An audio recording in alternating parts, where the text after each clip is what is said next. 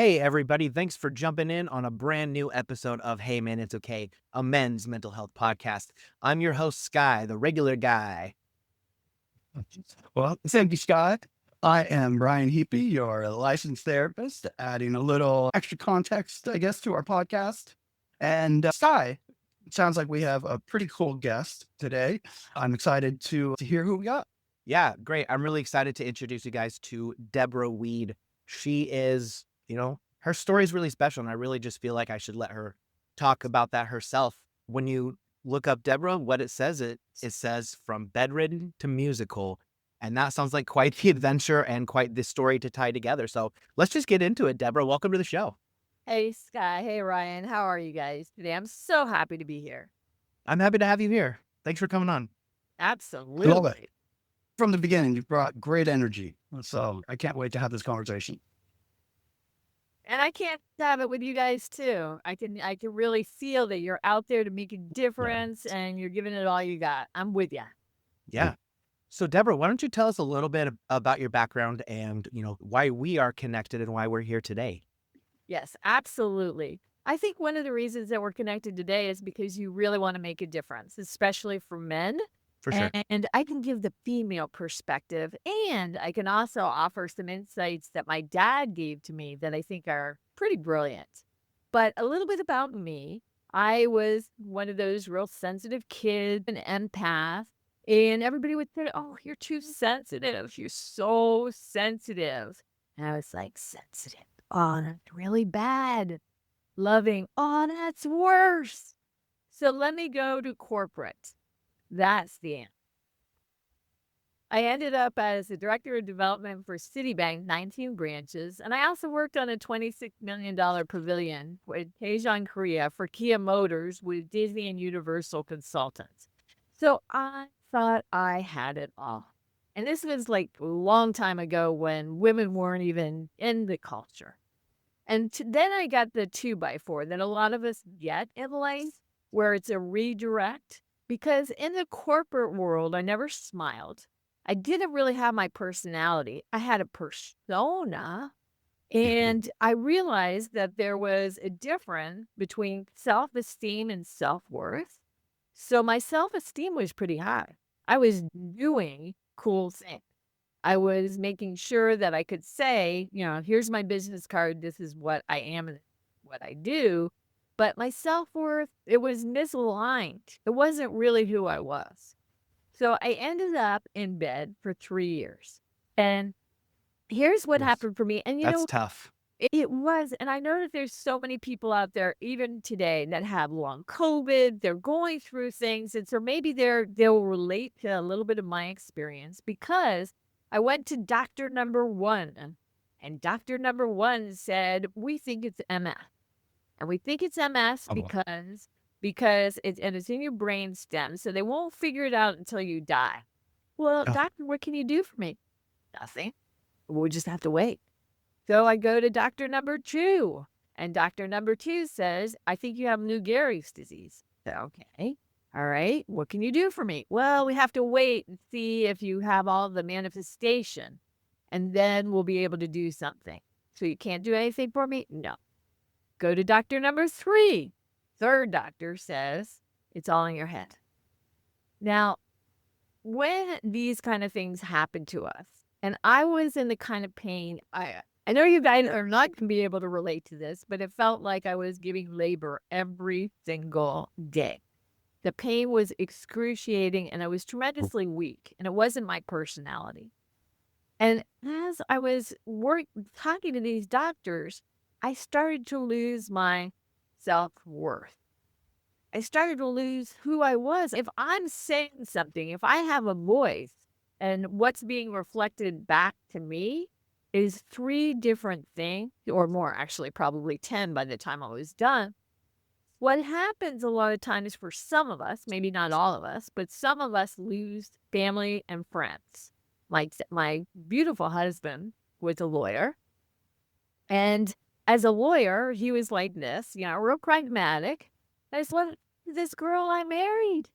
I love her. I think she's cool, but if no two doctors are saying the same thing, then what have I got myself into? And that happened with my friends. That happens with my family. And I got totally abandoned. And when I got abandoned, it was a 1943 pure copper penny that saved my life. Okay, I'm interested. Nice. When sometimes we're on the sideline, it's the littlest metaphor that can make a difference.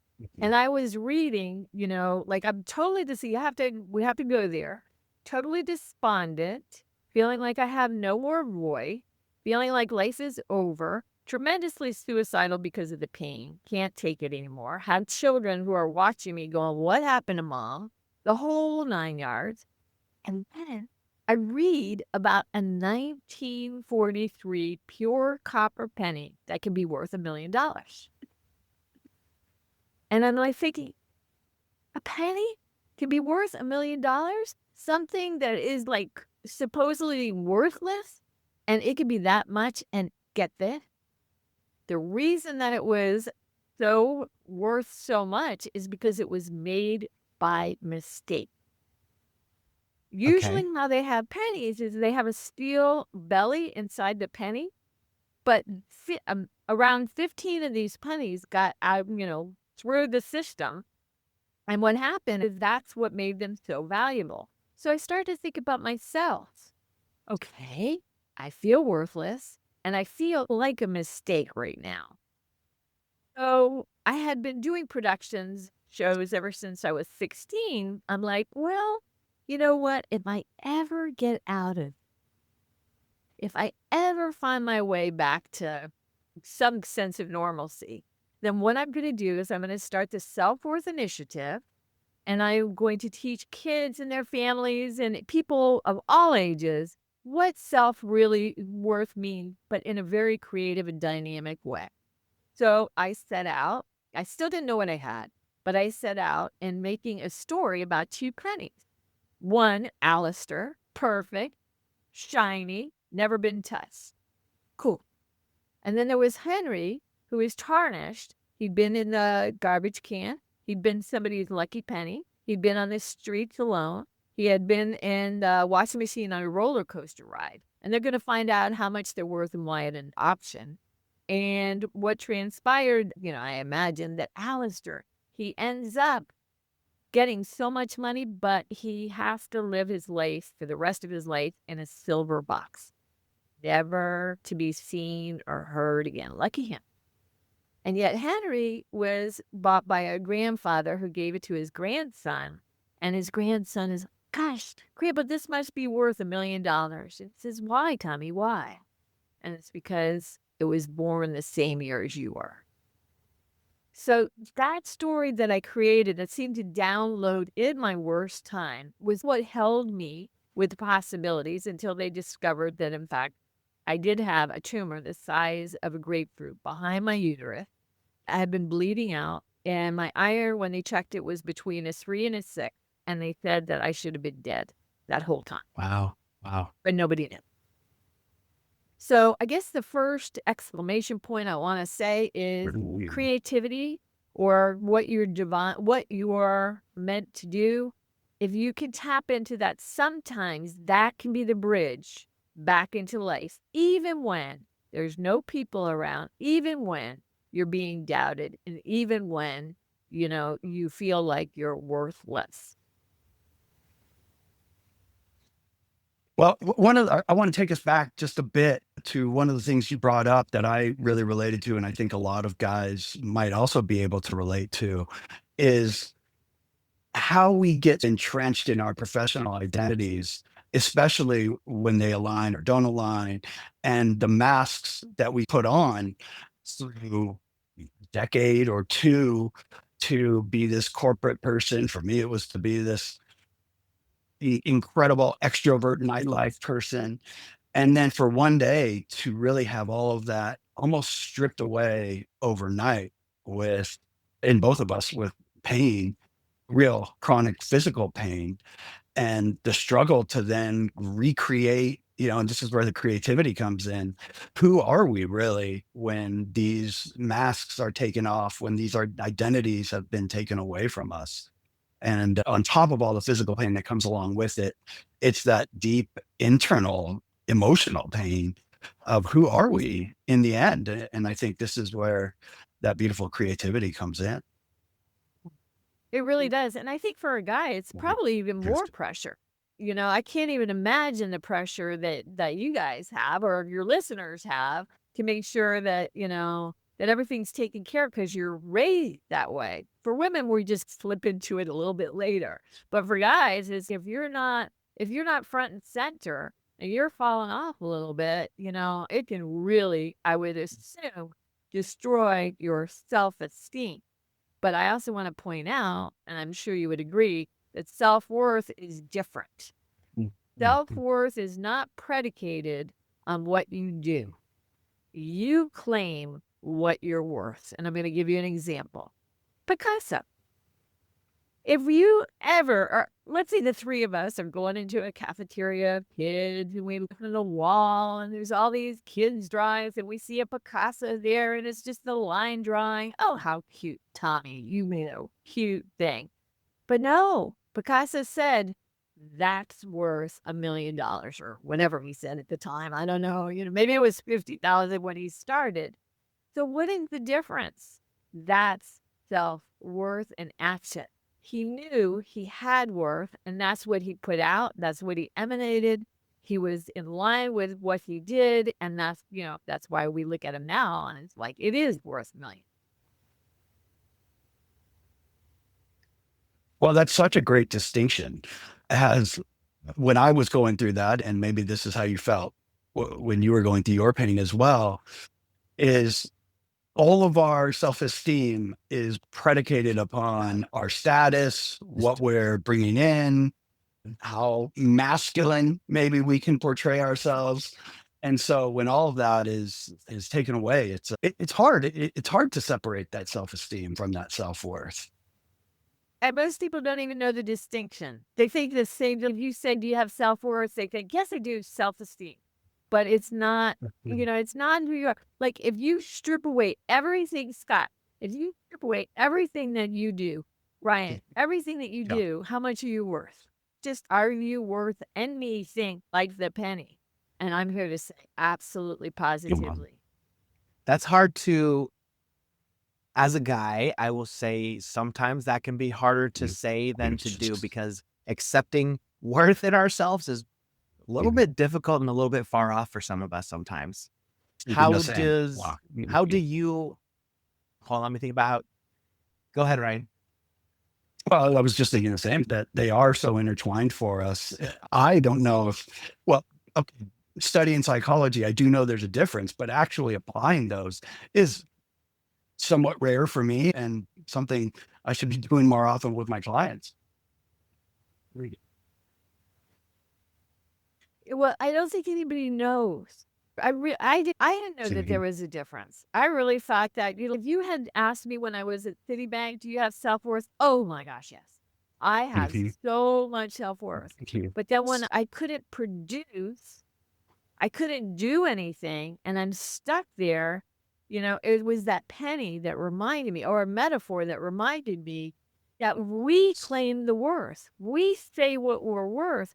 And I would assume, guys, you have to tell me, able to really express your emotions? And if you're not, oh, wait, you know what, Ryan? Let's go here for a second because I'm fascinated by this. And you too. I looked up what healed means because I'm just curious. You know what it means? Whole. Healed? Oh. Healed means whole. And I was like, wow, because for me, that means not only positive, it means whole. Anger, part of it. Sad, part of it. Positive, part of it. Healing does not mean all positive. Let's take that off the table right now. Healing means whole. I like that a lot. Because sometimes we try to push down those negative things. We try to push down that anger. We try to push down that, fear and sadness. And then it just ends up twisting us up more.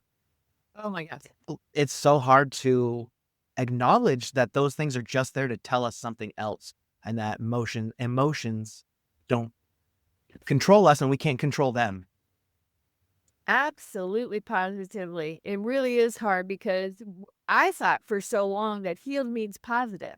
If Yeah. I'm bouncing around and I'm looking good, then I'm healed, no matter, what I'm feeling. But to really get that it means whole, to Mhm. love every aspect of us. Now, guys, I don't know, girls, we got the vanilla candles and the scent. I don't know what you guys You. how to do that. It's that, but it's still there. It's still there that every aspect of you, if you feel it fully, and Ryan, you'd have to share with me if that's correct, then that's when it can move through you. Otherwise, it just gets caught up in the system. And that's why sometimes we feel desperate. Get me out of pain. Get me out of the emotional pain in any way you can. And, heaven forbid, it could have been me that I wouldn't be in this world anymore if I hadn't just been, if miracles hadn't happened here and there. Well, similarly to you, finding that story about the penny was, for me, it was when I finally came to this concept of radical acceptance. And that has been the most powerful kind of just, yeah, concept that I've ever come across in my life, because it wasn't until I came to acceptance of my situation when I stopped wishing I was still in my old life, when I stopped wishing things were different, when I stopped wishing I was out of pain, and realized I have to accept this whole new person. And then I can create change from that place. And similarly, healed also is acceptance. Acceptance is also the final sort of stage of the 5 stages of grief, and it's an accompany and it accompanies everything that comes with it, right? That sadness, that anger, that pain. And it doesn't say, yes, things are amazing now, things are great. It's just, I'm now whole. And I have to accept everything that comes with it. Not even a question. What do you think, Guy? Yeah, actually, it's so funny because this is something I've really been working on in my journey lately, is learning what I'm worth to myself rather than my worth being tied to those people around me and looking for validation from other people. Learning to look inside and seeing, what's there? What can I make from, what's my skill? What's my talent? What makes me myself? Because for so long, I was made to doubt myself. And I realized, you know what? I am the only one I have forever. For the rest of my life, I am the only one I have. And I need to learn to love myself and accept myself and feel the worth that other people seem to see in me. And it's been the best thing that's happened for me, for my attitude. It's helped me lean more into my authentic self. It's helped me lean into being able to be emotional around my friends, around my people, and has really made me build this community around me that's been so supportive and accepting of me for just being me. And it makes me feel so treasured and valued. Oh, Sky, I treasure the heck out of you. I'd give you a big gigantic hug right now if I could. I'm a hugger, so I would take it. You're a hug. Oh my gosh, we would just go on hugging forever. Well, I know that, from something that you said, I think there's something important to recognize. We're so tuned into what's happening around us. So I want to tell you a story, because sometimes we take in things and we actually react or make it a judgment for ourselves. So just bear with me. I'm just going to go down a different track. I was standing to get a cup of coffee, and there's this barista there. He's got the tat, he's got the earrings, the kind of big earrings, the big ones. He's got the ponytail, long hair, and he's taking the coffee and he's slamming it down and through the long lines. He's like almost with this like really bitter, angry attitude. Okay. And I'm watching and I'm watching, and there's part of me that, oh my gosh, this guy is so rude. How did he ruin my day? Okay. Because this is how he's reacting. I get up in front of him And one thing that I know about people is sometimes what we see isn't what's happening. So I just looked him in the eye and I just said, "Hey, it looks like you're having a really bad day. What's up?" And I think I shocked him because you know how you do one of those, "What up?" He No looked, one asks us I what's actually going on. nobody asks us. That's my point. So he says to me, he looked me right in the eye and he says, "My mother has cancer. She's in the hospital and I don't know if she's going to make it." I go and I get a card, write it out for his mom, give it to him. And then about a week later, I come back, same barista, same hair, same tats. And I'm standing there. And when he sees me, he gives me the most beatific smile I think I've ever seen. And my point to this and what you were saying, Guy, is that with self-esteem or even self-worth, we're always a lot of times it's like, what's happening? That person, cut me off in the road, or that person did that, or that person said something. And that's how we establish our self-worth. And these people have their own stuff. How can we predicate our worth on everything that the seed that we're experiencing of people going through their own pain or their own situation? Sometimes I forget, even though I'm working so hard to get that piece. But so what you said is crucial for any one of your listeners to listen to and go, stop looking around at what everybody else is saying and doing. Go into yourself and say, what is my gift? What am I here to do? And what is intrinsically me, instead of trying to prove something else to get away from, like in my case, I'm a girl, girl. Instead of, oh, you think I'm sensitive? You think I'm sensitive? If you watch me in corporate with no smile, let me show you how cool I am. But for guys, it's probably different. Let me get that job. Let me get that car. Look how slick I am and cool. But then inside but all I want to do is be loved.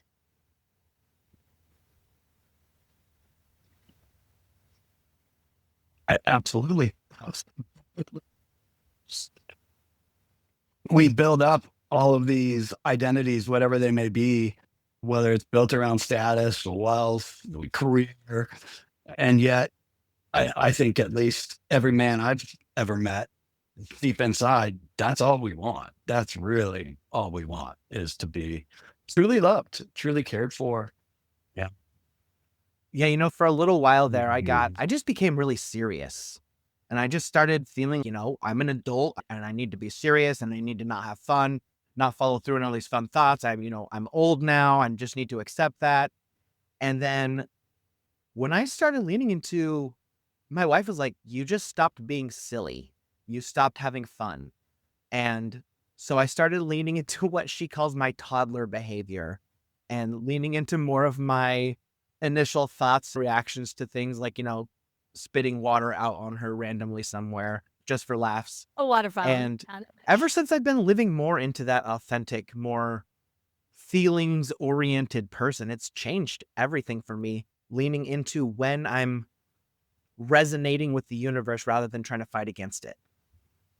You're being Yeah. absolutely you. I don't Yeah. think that our universe was made for adults.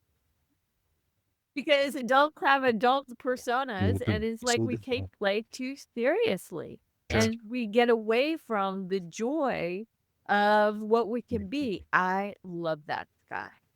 You keep on spitting water balls every which way you go, and on the bus, laughing, because at the end of the day, like your smile, when you light up, it's going to light up a room. The serious, yeah. And to You that told point, us, Scott, oh, just no, go ahead, working with Ryan. couples, working with so many couples lately, one of the most important questions I'm finding myself asking them is, what are you guys doing for fun? People get so entrenched in the seriousness of the conflict and figuring out what they need to do for one another. And yet a lot of times, like, can we just play some music? Can we just play a game together? Can you guys laugh? Bring some light and joy into the relationship, even if it's a little contrived at the beginning. Just what a remarkable difference that can make, just like you're saying, Scott. And a lot of that is dropping some of the pretenses of who we're supposed to be. We're getting caught up in so much adulting, all our responsibilities and taking care of things and being ambitious. And it's like, just fucking have some fun every once in a while. Yeah. I'm coming to you, Style. Go on, Sky Ryan. I'm coming to you for some counseling. That sounds like fun to me. Well, I don't. Somebody said something that I think is so very clever. They said that love brings up everything that doesn't look like love in order to be healed.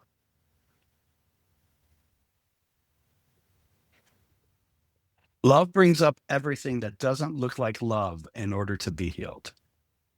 In other words, yeah, you have a Go mom on. or a dad who does some, a little abusive, and you have a feeling that you're no good, and then you get married to a wife or a husband that's telling you you're no good. Guess what that's an opportunity to do?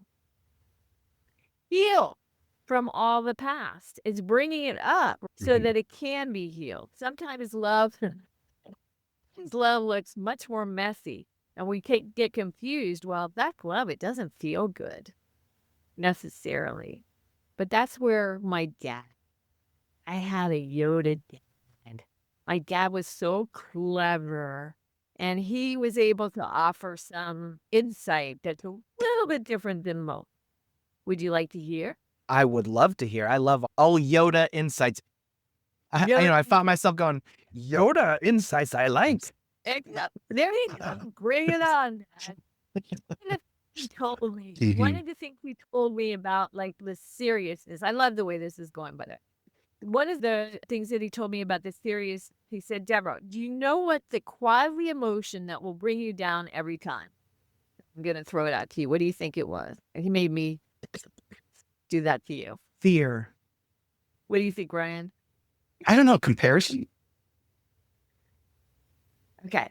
So as far as I said comparison. what? I don't know if that's comparison. Ooh. Okay, comparison. All right. So we got fear Yeah. and comparison. Here's what I know my it's the dad told thief of me. He joy. said, Yeah. the quasi emotion that's going to bring people down every single time is disappointment.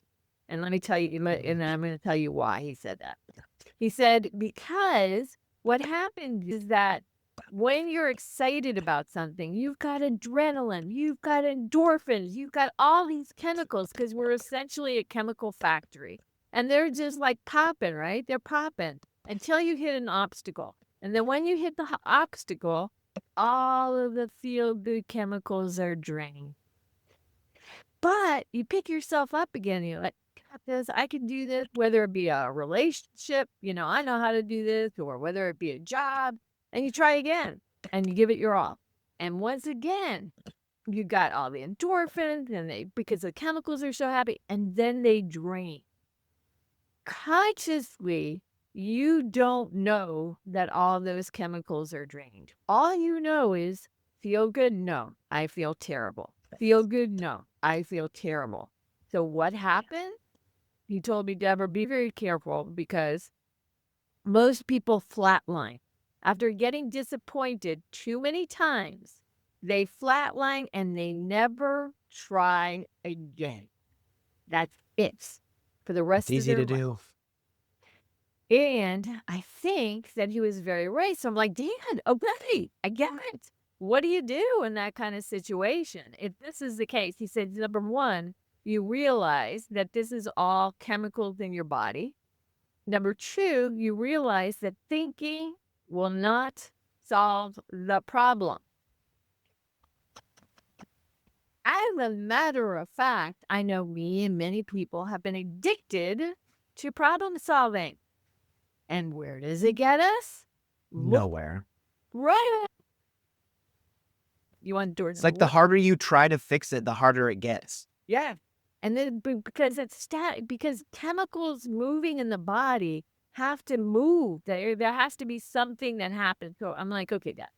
All right. So if that's true, and I agree that I had been disappointed so many times and hit the wall, what do you do? And he said, that's where the fake it till you make it comes in. That's where you realize, if you can consciously realize, oh, it's a chemical reaction. And I will be excited again, and I will have the endorphins again. But I have to keep on going and not flatline because of the disappointment. And I thought that was so astute because for me, it actually went above fear. Fear is, everybody says fear, fear, and that's wonderful, but we don't really explain what that means. And for me, at least, so many times in my life, especially when I go for the big things that I go for and I do it so often, is the disappointment is the thing that gets me. That's pretty Well, interesting. Like the fact of being let down. And the chemical reaction that you're not conscious, that most people aren't even conscious of. So, like one of the takeaways tonight that I want, or today, whatever it is, where you're watching it, that I want to have it is that it's chemicals that are like dissipating from your body. That's why it feels so bad. And as soon as you have something joyful again, guess what? They come right back in, just like the ocean. And as you know that about yourself, you can cope a lot better. But when it happens and you flatline and you never want to feel again, which really means I don't want to feel the chemicals dissipated again, then you can cope. You can get by. Your dad was a And smart to- man. yeah. That's also where acceptance comes in. When we aren't wishing that this event or this thing we were looking forward to went the way we hoped it would. And that's where that disappointment really hits so hard. And so we can either get stuck in a roller coaster of these constant highs and lows, or find ourselves, not wishing things were different as often. Exactly. And the segue was when you were talking about having fun. It's what it triggered for me because I think that these people that you're talking to have probably been disappointed so many times. Is Ryan, what is fun? I don't even know anymore. I have flatlined. I have been disappointed. Look, I came into this relationship. I thought she was this way and she's that way. Look, I came into this relationship. I thought he was going to be romantic and he snores. It's the disappointment that goes on consistently every day in our lives can take somebody down and move us away from the joy that we're meant to experience. It's so funny. My wife and I just recently discovered the fun again. We got a fun 2007 convertible Mustang, and we've been taking that Nice. out on the warm, sunny weekends with the top down and music blasting, just singing at the top of our lungs and just not even caring what we're doing. And I can't even tell you how much of a difference that's made in our relationship, is including fun again. Including fun again. I think that if we all do that, I think that then you've got the endorphins going. Then you've got all the stuff that was meant to be, that you had as a kid. It's Yeah. in you. It's in you right now. You just forgot. And you're afraid to be that because you want to adulting. No, adult. So, how do you incorporate creativity to counteract some of this fear, some of this disappointment, so that we're not continually stuck either in our trauma or just in dark places? And so we have the optimism or hope to continue on or try something different. Great question. So for me, I have found like the disappointment and the trauma, and I've had many more things that were traumatic. It feels like a boulder, right? They always say, it feels like a boulder in my system. And for so long, I didn't allow myself to feel because I wanted to go to the positive, with all the think positive and all that stuff. It wasn't like let myself process and feel it. So we're talking for me a huge boulder inside. But creativity is from inspiration. It comes from somewhere else and it comes from above and it comes through us, right? And then it goes out like this. It's almost as if it's washing away that molder that's inside of us. And so many people say, oh, yes, that's nice for you to say, Deborah. You're one of the most creative people I've ever met. I'm not creative. Not true. I'm going to call you on it. It isn't true. Everybody has something, create a gift, something that they were born to do. And when they were kids, that's another thing my dad said. Whatever you did as a kid is who you were meant to be. For me, I was an artist and a social worker. If there was any kid that was hurting, it's like I would run towards them, not away. If there was, art, like any kind of art thing, I went towards it, not away. But there's people who love to write or read books or cook or garden.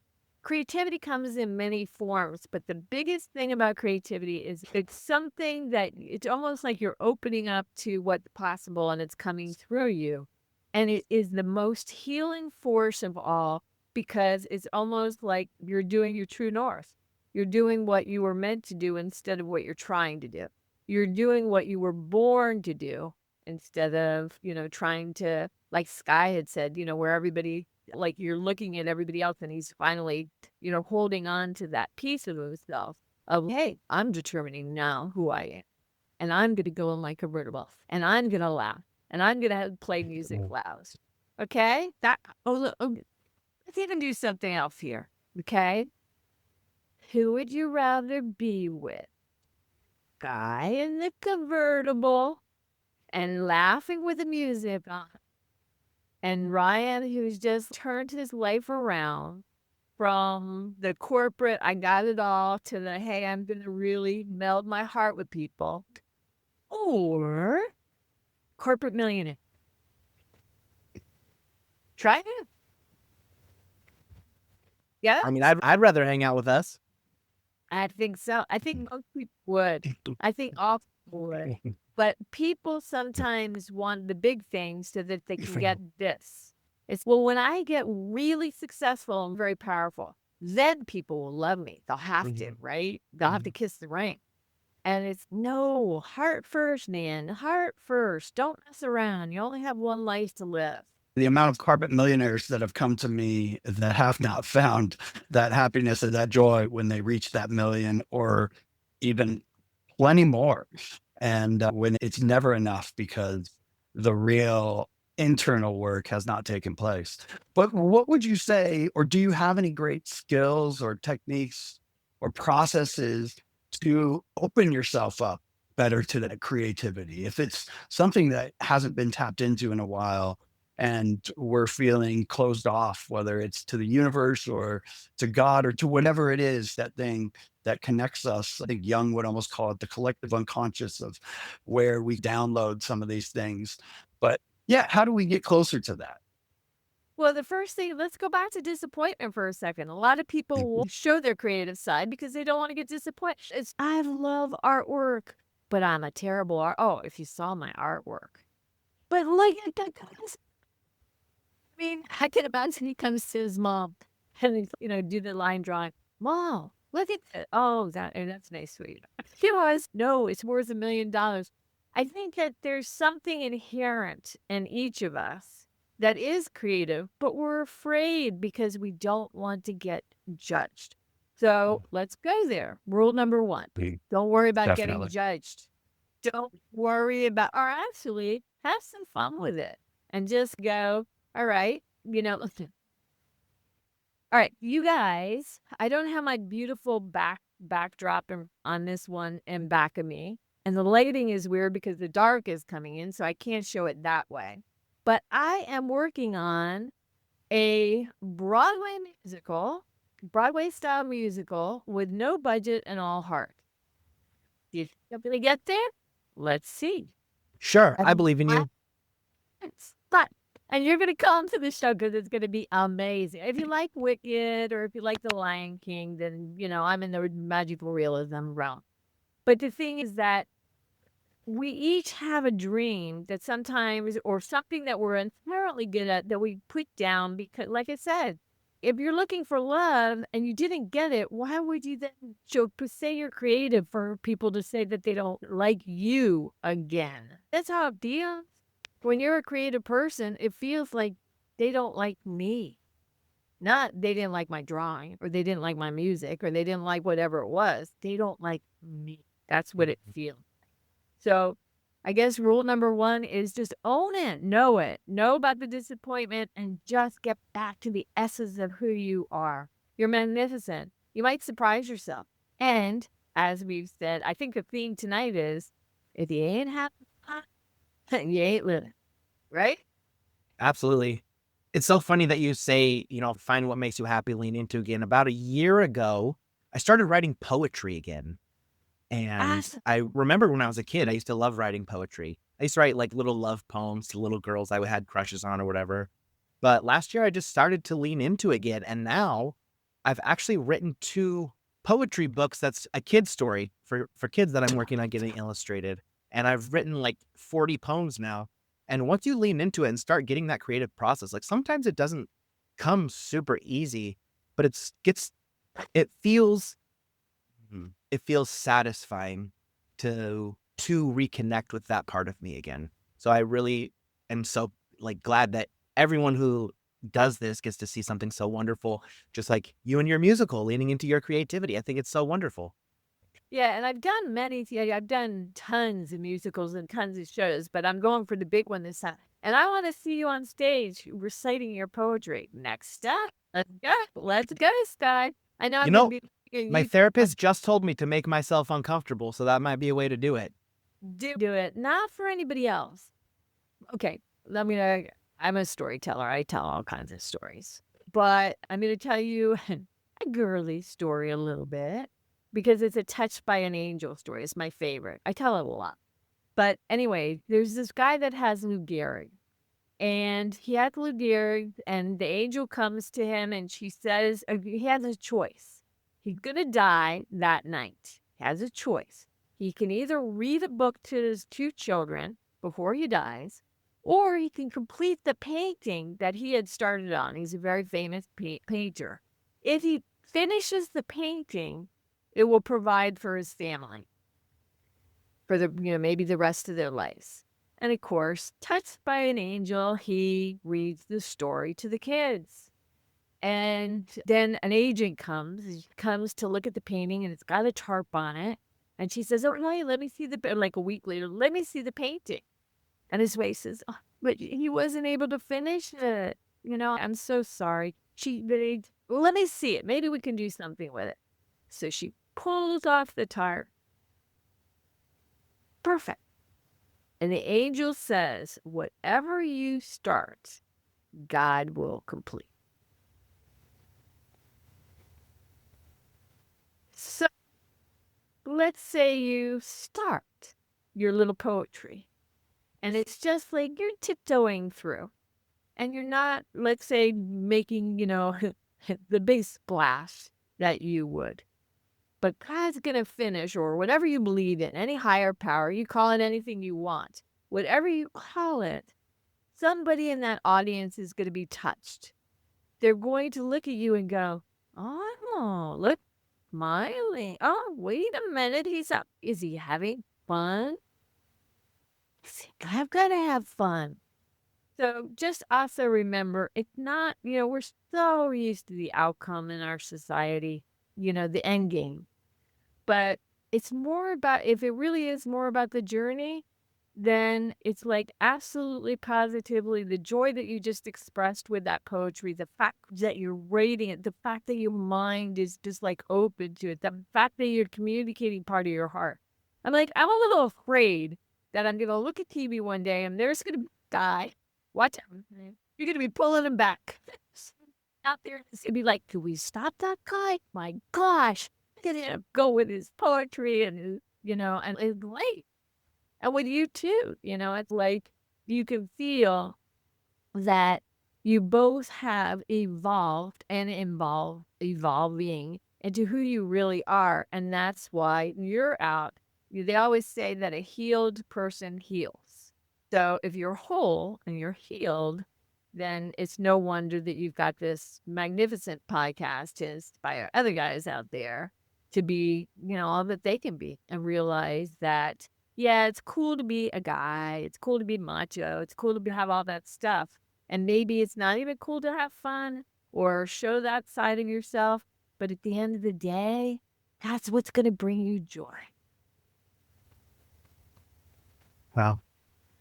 Man, Deborah, I can't believe how fast this time has gone by today. Having you today has been really special, and I love this conversation we had. In the last few minutes we have here, maybe you can tell our listeners where they can find you and a little bit about your musical. I'm excited to hear about that a little bit too. It's all a mystery. If they can find me at Paisley'sFashionForest.com. That's where you can find out more about the musical. But I also want to throw something else. I'm having a global collaboration. Jonathan Larson wrote Rent. And he found Idina Menzel. He found like this family of people that were so cool, and they stayed together even to this day. So I am having a call out for singers, dancers, producers, investors, anybody that's interested in this kind of thing that could see what I'm doing with Paisley the musical. That's a whole nother story. We'd be here for a whole lot longer. But essentially, if people want to have fun and we spark that, and if you're secretly a singer and always wanted to be in theater and just like me, just a little, let me up. You never know. I'm looking you up right now, Deborah, and your website, the Paisley's Fashion Forest, is so cool. And there's so many amazing characters and amazing animations. Also, your book and some of your events here. There's a lot of amazing content that is on here. That's really, the art and animation is beautiful too. So I really encourage people to check that out. Yeah, you've done quite a bit of work already on it. Yeah, we're putting out, the first thing that we're doing, we're putting out a concept album with 5 songs, and it's going to rock your world. Talk about songs. Guess what, Scott? I know what you're going to be singing in your car. Oh, yeah? Well, hey, why don't I come sing for your musical? I love singing. You do? I'm Oh, I looking love for singing. a couple of kids. You never know. Hey, So I can be quite the character. I already am a character, Ryan. Yeah. You are a character, and 100. there are two characters. I want to hear off camera. You don't have to, or maybe you could audition for us right now. Go. I think I'm gonna save their ears right now and save it for the actual production. Awesome. Well, man, Deborah, thank you so much for coming on to Hey Man, It's Okay today. We really enjoyed this conversation, and man, we can't wait to hear more from you. Thank you. And I so appreciate it. This was really a lot of fun for me too. And I give you guys and every man out there a big, gigantic, warm, squeezy hug. Thank you. Well, I love it. I Me love too. it. Check out Paisley's Fashion Forest. Deborah, this was awesome. Thank you so much. I appreciate you and your dad for all the wisdom that you guys have shared here. For sure. It's been an honor. Well, guys, that does it for us here on this week's episode of Hey Man, It's Okay. I want to thank you so much for stopping by and listening to this conversation and tuning into us, because it really means a lot when you stick with us and when we get to grow together. Please reach out to us, email us at Josh or Sky at Hey Man, It's Okay. Now we have a new producer on the show. Please comment, subscribe to our YouTube channel, our Facebook, our Instagram. Everything is at Hey Man, It's Okay. And from Sky, until next time, it's okay to not be okay. Thanks, everybody. Thank you, guys. Peace.